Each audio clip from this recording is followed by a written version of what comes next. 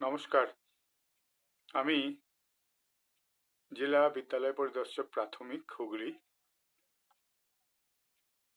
আজকে আমি আরো একটা বিশেষ ধরনের কোর্ট কেস নিয়ে আলোচনা করতে এসেছি। এইটা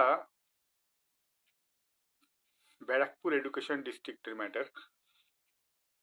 কেসটা ছিল একটা গ্রুপ ডি পোস্টে অ্যাপয়েন্টমেন্ট নিয়ে। ব্যারাকপুর অঞ্চলে একটি স্কুল, আমি স্কুলটার নাম বলছি না, সেখানে একজন গ্রুপ ডি স্টাফ অস্থায়ীভাবে চাকরি করছিল দীর্ঘদিন ধরে, 2001 সাল থেকে। পরবর্তীতে স্কুল অথরিটি যখন ওখানে একটি ভ্যাকেন্সি হলো, সেই সময় এই গ্রুপটিকে ওই ভ্যাকেন্সিতে দেখিয়ে তারা নিজেরা অ্যাপয়েন্টমেন্ট নেওয়ার মতো করে তাকে কাজ করাতে থাকলো। এবং সেটা করতে করতে 2016 সালে এসে কোর্টে সেই গ্রুপটি, তার নাম ছিল মহেশ সাউ, একটা মামলা করলেন মহামান্য কলকাতা হাইকোর্টে। এবং সেই মামলার রিট পিটিশন নাম্বার ছিল 24,999 অফ 2016। সেই রিট পিটিশনটাতে মাননীয় বিচারপতি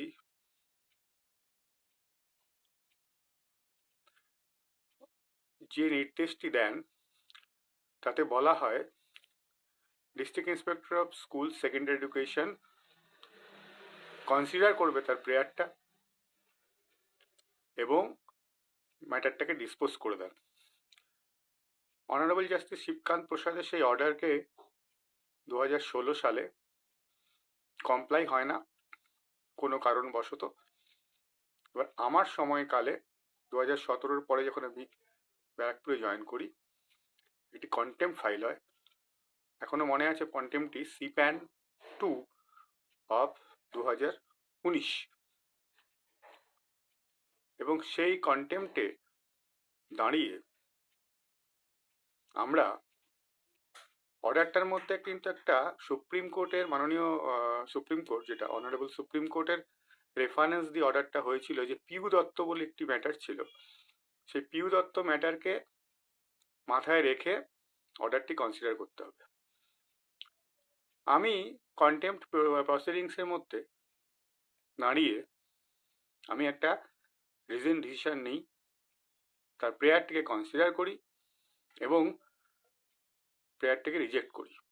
পিউ দত্ত কনটেক্সটে যেহেতু সমস্যা ছিল, ওই কনটেক্সটে এই অ্যাপয়েন্টমেন্টটাকে রেগুলারাইজ করা যাবে না, তাই আমি অর্ডারটি এইভাবেই কনসিডার করি। কিন্তু অনারেবল জাস্টিস বারবার আমাকে পার্সোনাল অ্যাপিয়ারেন্স কল করেন। সম্ভবত আমি 8 থেকে 10 বার কোর্টে পার্সোনালি অ্যাপিয়ার হই। বারবার আমি আমার সাবমিশন দিই, কিন্তু অনারেবল জাস্টিসের সেটা পছন্দ হয় না।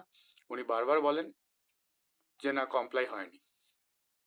আমরা বুঝতেই পারছিলাম না বিষয়টা কি। আমি তখন বিষয়টা থেকে নিষ্কৃতি পাওয়ার জন্য আমাদের অনারেবল জিপি স্যারের সঙ্গে ব্যক্তিগতভাবে দেখা করি এবং তাকে বিষয়টি বলি। তিনি মামলাটিতে সরাসরি নিজে দাঁড়ান এবং একটা কমপ্লায়েন্স এফিডেভিট করার জন্য কোর্ট থেকে অর্ডার করেন। আমরা সেই কমপ্লায়েন্স এফিডেভিট রেডি করে কোর্টে যখন নিয়ে যাই, তিনি অনারেবল লর্ডশিপ সেটি মানেন না এবং বারবার বলতে থাকেন যে কমপ্লাই করার জন্য। আলোচনা সাপেক্ষে মাননীয় অ্যাডভোকেটের সঙ্গে আলোচনার পর তারা বুঝতে পারেন যে এটাকে উনি কমপ্লাই করতে বলছেন, মানে অ্যাপয়েন্টমেন্টটাকে সরাসরি দিতে বলছেন টিআইকে এবং অ্যাপ্রুভাল দিয়ে তাকে চাকরিটাকে রেগুলারাইজ করতে বলছেন। কিন্তু অর্ডারে কিন্তু এই ধরনের কিছু বলা ছিল না।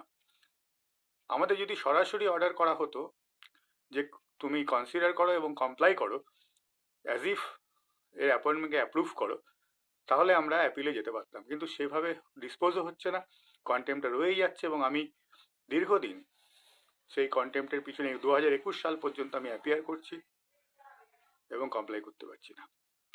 অবশেষে মাননীয় লর্ডশিপ নতুন বেঞ্চে যখন যায় আমি তখন ট্রান্সফার হয়ে যাই এবং শেষমেশ আমরা যে কনসিডার অর্ডারটি করি সেটি কিন্তু কোর্টে আপহোল্ড হয় এবং কোর্ট সেই সাবমিশনটাকে অ্যাকসেপ্ট করেন এবং কন্টেম্পটাকে ডিসমিস করেন। এর ফলে এই যে 2001 থেকে বেআইনিভাবে একজন গ্রুপ ডিকে স্কুল রিজলিউশন করে পেপার সাজিয়ে তাকে চাকরি দেওয়ার চেষ্টা করছিল, সেটা থেকে কিন্তু আমরা নিষ্কৃতি পাই, আমরা মামলাটি জিতি এবং হিসাব করে দেখা গেছে এক্ষেত্রেও কিন্তু 30 থেকে 35 লক্ষ টাকা গভর্নমেন্ট এক্সচেকার বেঁচেছে একটা বেআইনি অ্যাপয়েন্টমেন্টকে বাতিল করার পরিপ্রেক্ষিতে।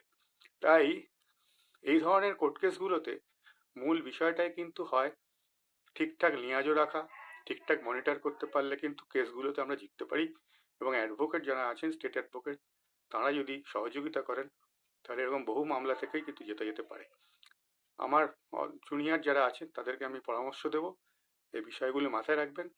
ঠিকঠাক মনিটর করতে পারলে কিন্তু কন্টেম্প প্রসিডিংসেও কিন্তু আমরা আমাদের জায়গা রাখতে পারি এবং সরকারের স্বার্থ রক্ষা করতে পারি। আশা করি বিষয়টি মাথায় থাকবে। যদি কোনো রেফারেন্স দরকার হয় আমি এটাতে দিতে পারি প্রত্যেকের সুবিধার্থে। সকলকে ধন্যবাদ, শুভেচ্ছা, নমস্কার।